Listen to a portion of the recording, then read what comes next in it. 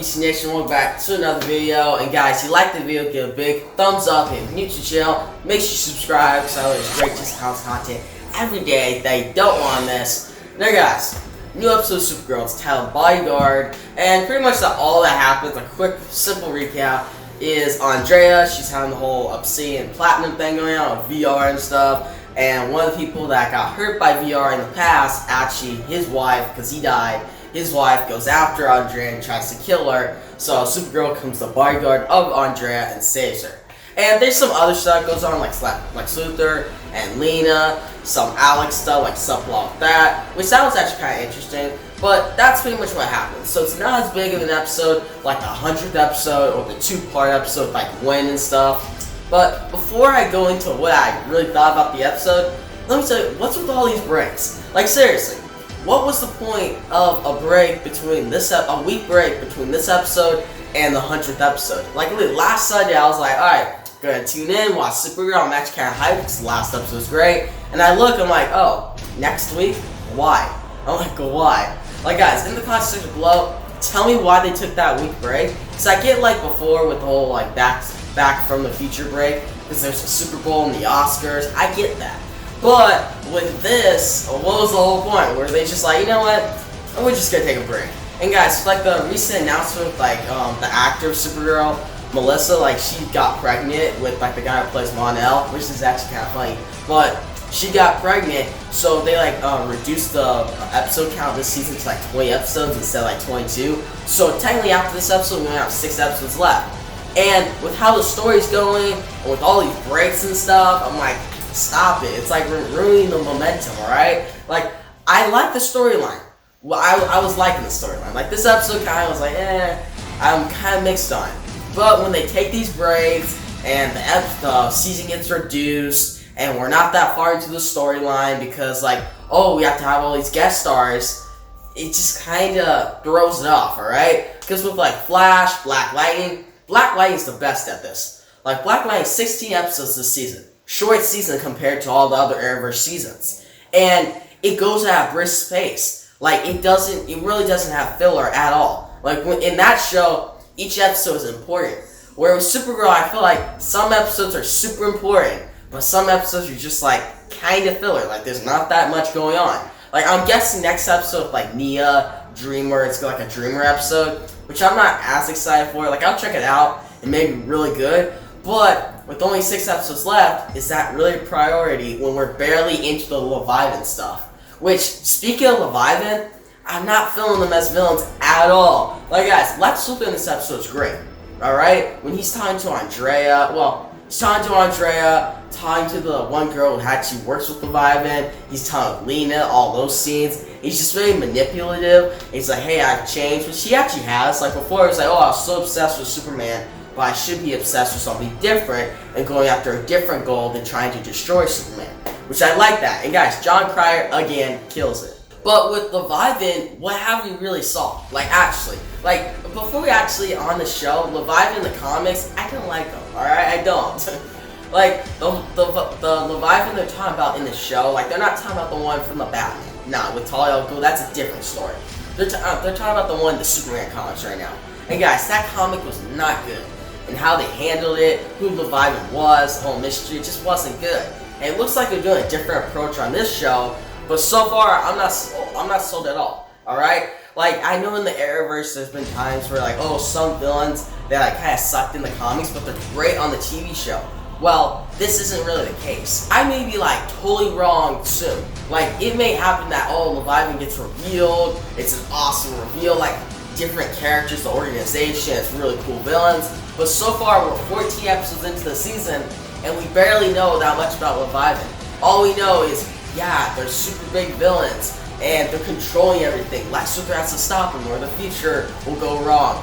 Brainiac has to side with Lex Luthor, even though he doesn't want to beat Leviathan.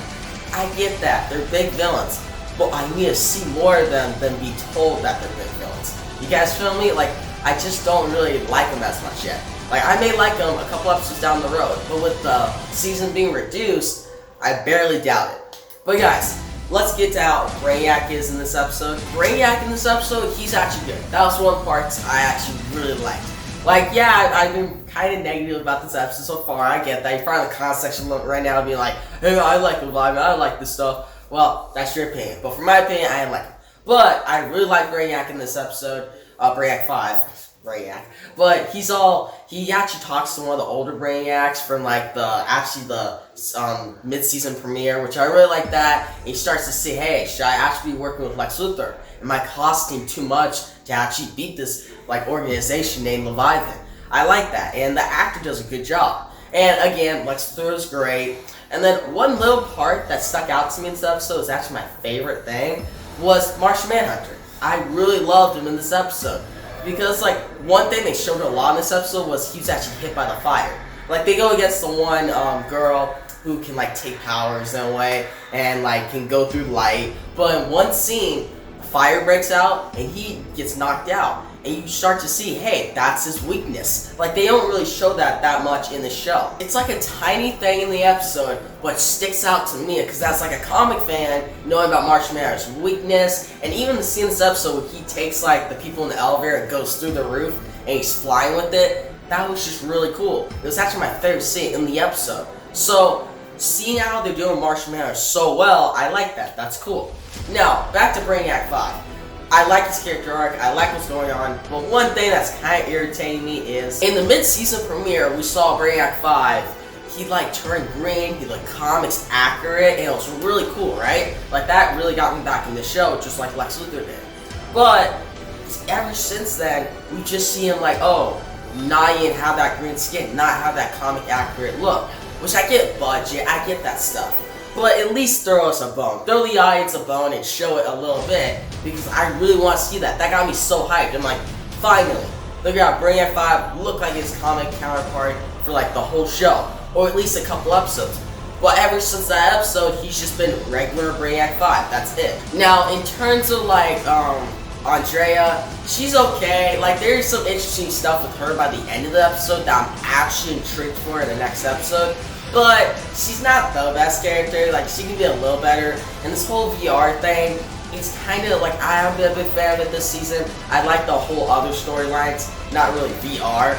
Because, like, okay, I get like VR, oh, it traps you in its world. You don't get to be socialized as much. It's a problem. Okay, like, they try to get that message and stuff. But for me, it just doesn't really hit at all. Like, it doesn't really. And with other shows and other movies hate on that topic, it's just not the best, alright? Like, it was interesting at the beginning of the season, but right now, I'm like, wow, we've seen some more interesting stuff in the 100th episode, in the whole Wind story arc, in the mid-season premiere, and then just going back to this and the Leviathan stuff, it's just kind of uninteresting. It didn't really get me as an audience. Now, guys, one other thing I didn't really like in this episode, which I have been liking in recent episodes too, is the whole William and Kara romance. Like, guys, last episode, when we saw Kara and Mon-El in a scene together again, I was like, this is actually really good. Like, Mon-El is a great character, where William, I just don't feel his character at all, okay? I just don't really like him.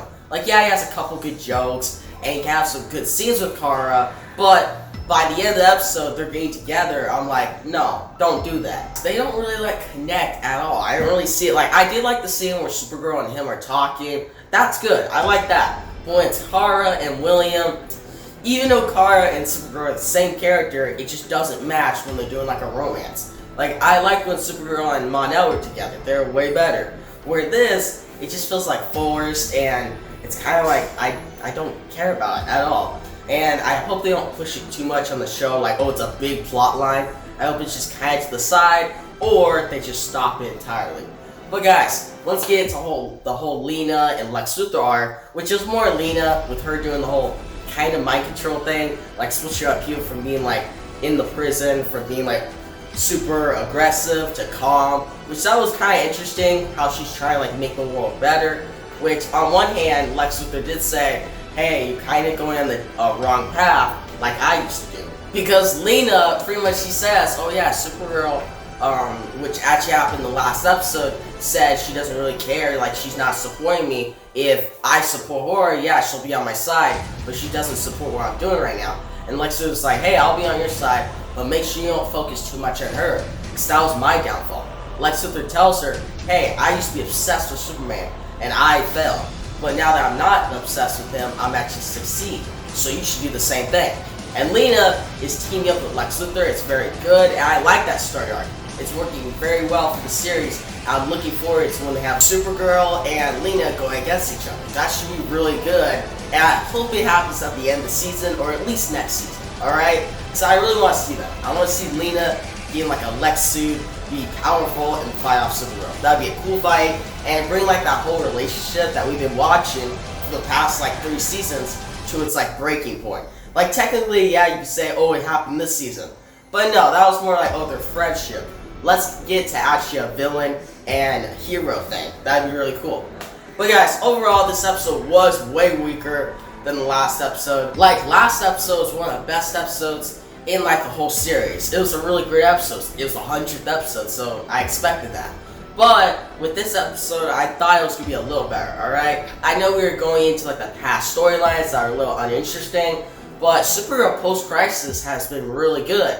So to see it kind of fall back into a little boring is not that good.